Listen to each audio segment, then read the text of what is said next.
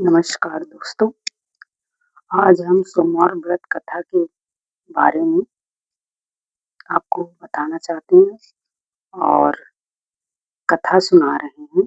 जो भी इस कथा को ध्यान से सुनेगा, भोलेनाथ उसकी सारी मनोकामना पूर्ण करें, माता रानी उसकी सारी मनोकामना पूर्ण करें। तो चलिए हम कथा सुनाते हैं आप सभी को। एक समय की बात है, एक नगर में एक साहूकार रहता था। वह बहुत धनवान था, लेकिन उसकी कोई संतान नहीं थी। इस कारण वह और उसकी पत्नी बहुत दुखी रहते थे। साहूकार भगवान शिव के परम भक्त थे। वह हर सोमवार को व्रत रखते और पूरे विधि विधान से भगवान शिव की पूजा करते। उनकी भक्ति और श्रद्धा देखकर भगवान शिव बहुत प्रसन्न हुए। एक दिन माता पार्वती ने भगवान शिव से कहा, हे प्रभु, यह साहूकार अपना इतना बड़ा भक्त है और फिर भी इसे संतान सुख क्यों नहीं मिला।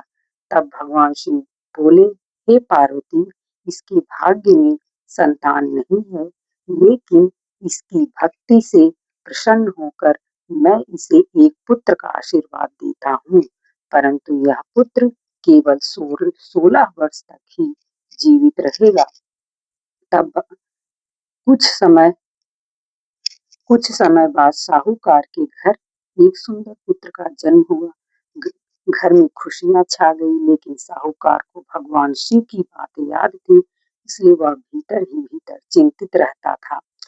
जब उसका पुत्र बड़ा हुआ और 16 वर्ष का होने लगा, तो साहूकार ने उसे अपने मामा के साथ काशी भेज दिया, ताकि वह वहां पढ़ाई करे और भगवान शिव की भक्ति में लगे।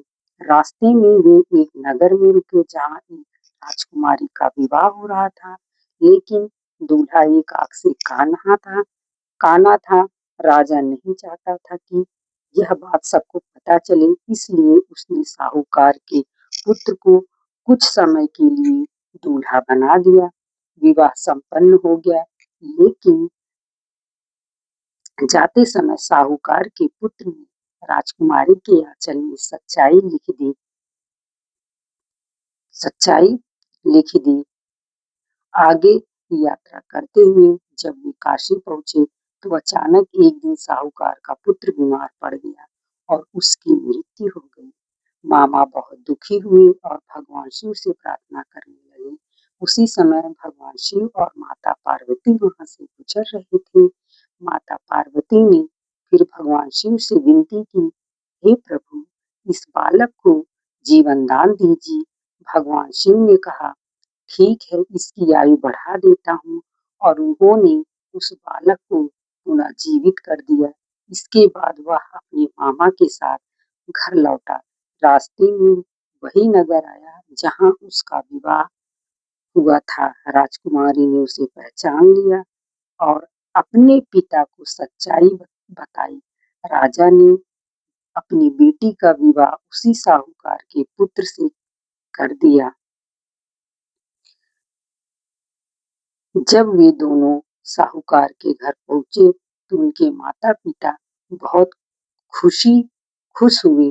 भगवान शिव की कृपा से उनका जीवन सुखमय हो गया।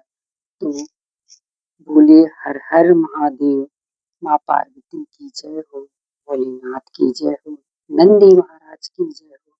तो इस कथा से हमें एक सीख मिलती है कि सच्ची श्रद्धा और भक्ति से भगवान शिव प्रसन्न होते हैं।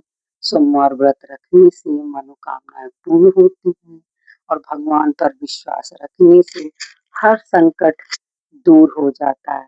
तो बोले, ओम नमः पार्वती पते, हर हर महादेव।